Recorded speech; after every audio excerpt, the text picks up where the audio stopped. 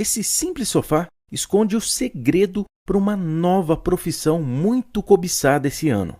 A partir de hoje, você poderá trabalhar de onde quiser.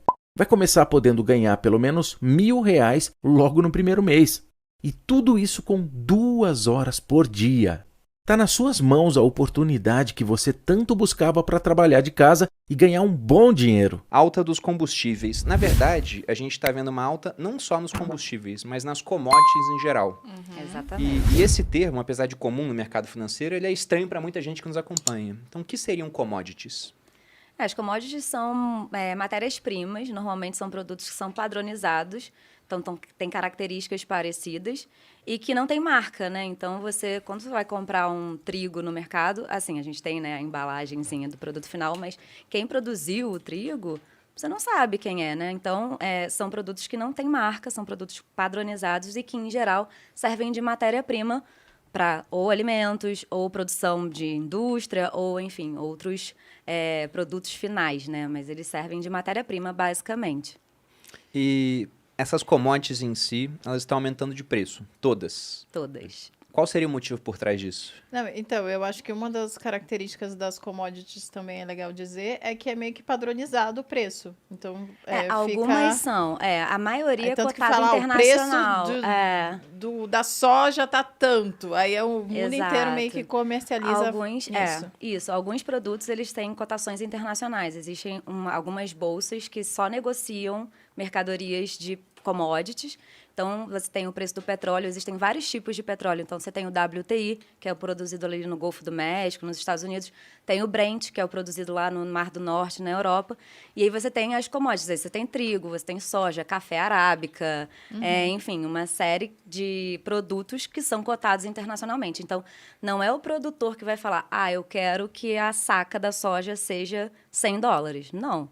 É o que está sendo negociado internacionalmente. Então, ele não tem ingerência sobre esse preço. É o mercado. Ele até pode Ele até tentar. tenta, mas ele não vai mas é conseguir. difícil, Por que eu vou né? comprar a sua saca de soja por $100 se tem uma soja que é Vendida praticamente igual à 1.000? sua?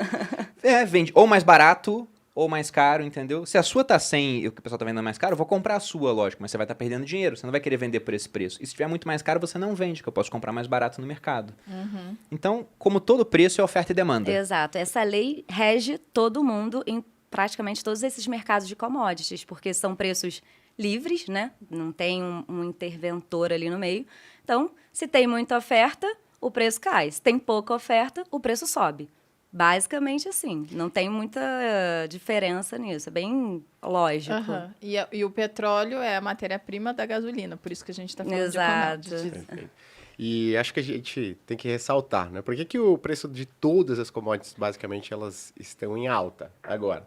A gente tem que lembrar 1 ano e meio atrás, quando a gente entrou 2 no anos, período... já fez aniversário. 2 anos, é verdade, já fez né? Não aniversário. parece, mas fazem 2 anos. Caramba, 2 anos. Exato. Impressionante, né? O E que aí- da pandemia. Da Exato. pandemia, né? Então, no primeiro momento da pandemia, a gente tinha uma incerteza muito grande. Para onde vai a atividade econômica mundial? Naquele momento, não sei se vocês lembram, mas a projeção de PIB do Brasil, no começo da pandemia, era de menos 10% em 2020. Né? Outros países também, era uma queda esperada muito maior do que ela efetivamente foi. Então, quando você tem, né, produtor de petróleo lá, o cara que produzia a soja, a pessoa que produzia petróleo, ele fala, cara, o mundo parou. Vai ficar parado por Quando quanto que tempo? vai voltar? Deixa eu ver aqui as projeções dos economistas. Cara, vai ficar parado por um período grande, ou o PIB vai cair 10%. Cara, agora eu vou reduzir muito a minha oferta. É muito minha produção. lógico, né? Exatamente. Se você tem um produto que ninguém quer, porque ninguém está usando, por que você vai produzir mais? Você vai segurar a sua produção, obviamente, né? Você vai diminuir a quantidade de produto que você produz, porque ninguém está querendo aquilo mais, ninguém está Senão você usando. gasta para produzir, E aí bota aquele... onde? E bota Estoca onde? estoca, e fica velho, enfim. Sim. Então, no começo, todo mundo ajustou a sua produção para essa projeção de PIB, de menos 10%, por exemplo, no Brasil. O que aconteceu? Ao longo do ano, você teve, não só no Brasil, como no mundo todo, vários estímulos fiscais que fizeram com que a atividade fosse um pouco maior do que o mercado esperava. Exato. Um pouco não, né? O PIB de 2020 no Brasil, efetivamente, foi uma queda de menos 4%. Ao redor de menos 4%. Menos da metade do previsto. Menos da metade do previsto no início. E todo mundo ajustou a sua produção para aquela queda inicial de atividade. Exatamente. Então, aí a gente já pode ter uma ideia, né? Ajustei a minha produção, esperando uma queda do PIB de menos 10. O que e que vamos vem? lembrar Menos também, 4. né?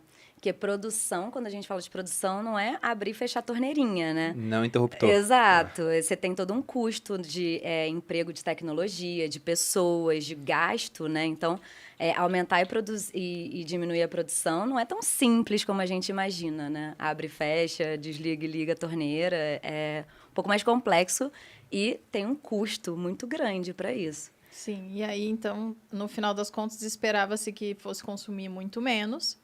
E aí acabou que não diminuiu tanto, e aí teve menos oferta e a demanda Perfeito. meio E aí que o preço permaneceu.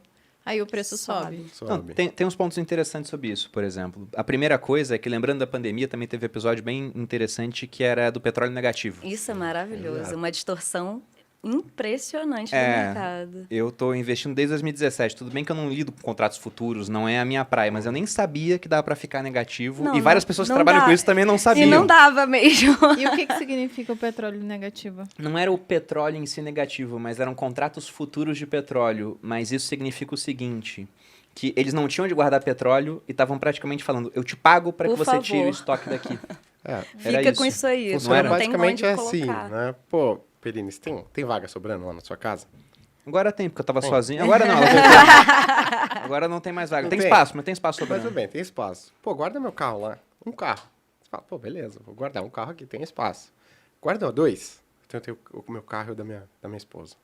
Tem 3, do meu pai também. Tal. Tem 4, tem 5. Você vai falar, cara, não tenho mais onde colocar. Não tem estacionamento né? aqui, Se você né? aceitar guardar o meu carro, você vai ter que fazer o quê? Vai cobrar, Pegar um né? estacionamento para colocar os meus carros, né? E aí chegou um momento que todo mundo falou, cara, eu já tenho aqui meu estoque cheio de petróleo, né? Não tenho mais onde colocar. Agora eu vou ter que pagar para ter um lugar onde colocar.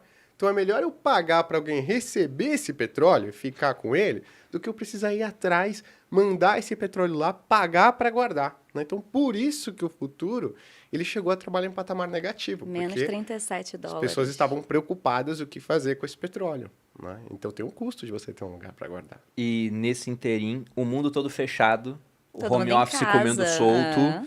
e muita gente falando que esse é o novo normal, que não vai voltar. Só que agora o pessoal tá voltando a se deslocar, normalmente. E com o petróleo tem uma dinâmica diferente, porque a gente está passando uma transformação, tem essa tendência ESG no mercado. Exato. ESG é uma sigla que significa Environment, Social and Governance, ou seja, preocupação ambiental, social e de governança. E o petróleo, ele polui, né? É um combustível fóssil, então ele traz impactos ambientais. Tudo bem que se a gente for pensar no petróleo hoje, a gente esquece de que antes era ainda pior. Porque antes do petróleo a gente usava carvão e óleo de gordura de baleia. A gente Sim, nunca vai ver o ainda tem Greenpeace isso. erguendo lá um monumento ao Rockefeller, falando que ele salvou as baleias, mas era o que acontecia. Até aquele filme No Coração do Mar, com um ator que faz o Thor, Chris Hemsworth, né? Ah, não sei o Enfim, nome dele. o Thor. O filme é bem bacana e mostra que tinham que matar uma baleia cachalote macho para ter uns 40 a 60 barris de óleo de gordura de baleia para usar em iluminação pública. Então era muito caro você ter esse combustível. Né? E também tinha o carvão para a Revolução Industrial, o petróleo veio e ficou melhor do que essas duas. Ele resolveu um problema, só que ele criou outros. E o mundo está Exato. migrando a sua matriz energética hoje.